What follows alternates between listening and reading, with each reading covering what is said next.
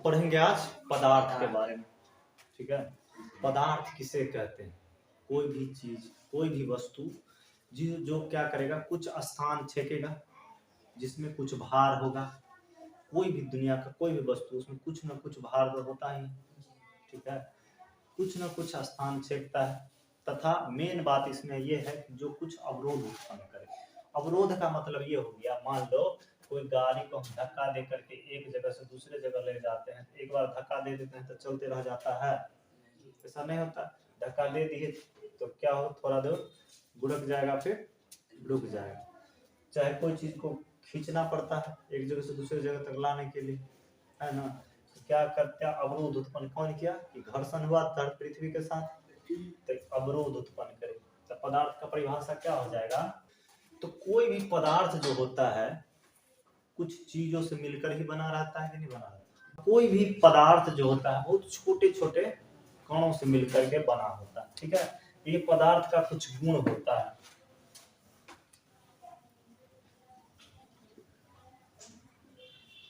पदार्थ का पहला गुण होता है कि पदार्थ जो होते हैं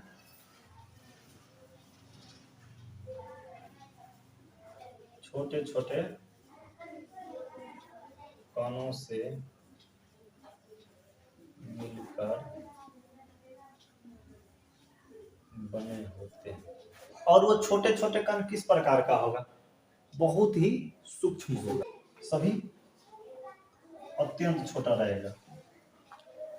पदार्थ के कण अत्यंत सूक्ष्म होते हैं।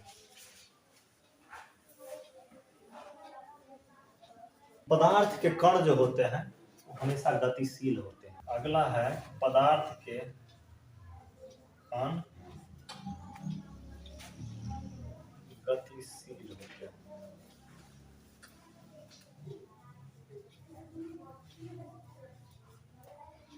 चौथा गुण है पदार्थ के कण जो होता है एक दूसरे को आकर्षित करके रखते हैं। एक होता है आकर्षित करना, आकर्षित का मतलब क्या हो गया, एक दूसरे को अपनी तरफ खींच करके रखते हैं।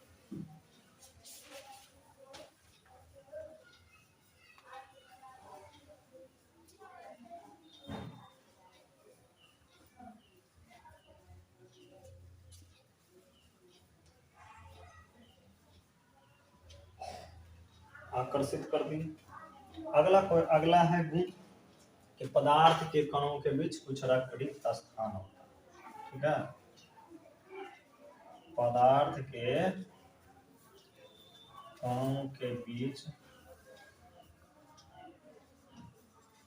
रिक्त स्थान होते हैं।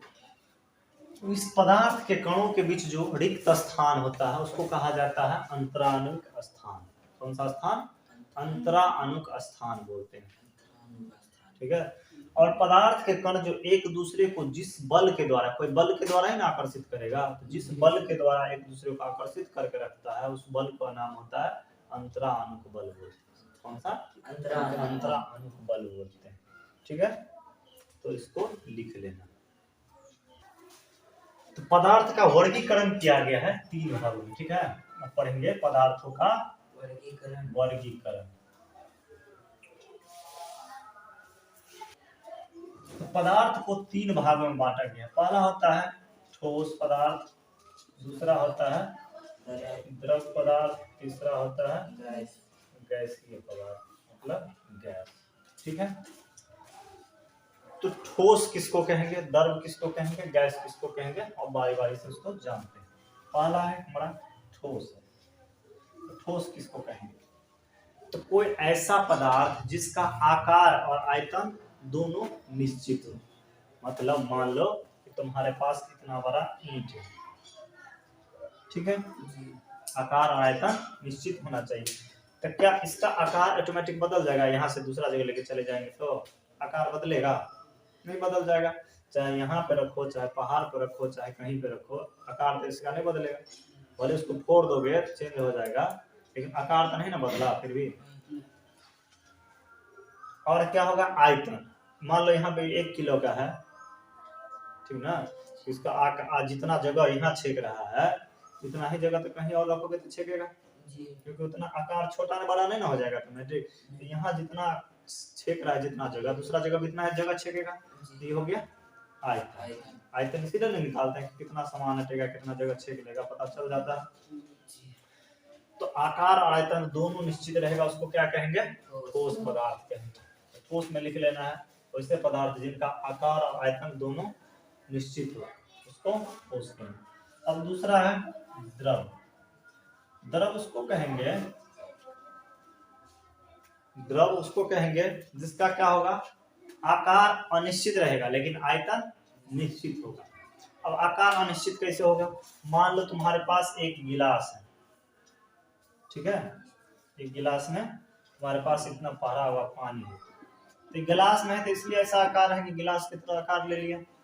अगर इसको हम कोई इस तरह का बर्तन में रख दे, इस तरह का बर्तन में रख दे तो इसका आकार दूसरा आकार में हो जाएगा, बदल जाएगा कि नहीं बदल जाएगा? इसको हम मान लो कोई प्लेट में रख देंगे तो पसर जाएगा, फैल जाएगा। तो इसका आकार क्या होगा? जैसे जैसे जगह चेंज होगा उस तरह से आकार उसका चेंज होते जाएगा। लेकिन क्या 1 लीटर पानी यहाँ है, दूसरे बर्तन में भी डालेंगे तो भी 1 लीटर न रहेगा, है कि नहीं? तो आयतन क्या हो गया? निश्चित हो गया, लेकिन आकार क्या हो गया? अनिश्चित। तो आकार अनिश्चित लेकिन आयतन निश्चित हो, उसको क्या कहेंगे? द्रव कहेंगे। अब तीसरा है हमारा गैस। गैस किसको कहेंगे? जिसका आकार भी निश्चित नहीं होगा और आयतन भी निश्चित नहीं होगा। तो गैस का क्या हो गया? ना आकार और ना ही आयतन निश्चित रहेगा, उसको क्या कहेंगे? गैस कहेंगे। तो ठोस में जैसे में क्या हो गया? ठोस का बात करें तो जैसे हो गया लकड़ी, ईंट, है ना। द्रव का बात करें तो पानी और दूध, है ना। गैस का बात करें तो LPG गैस, ऑक्सीजन गैस।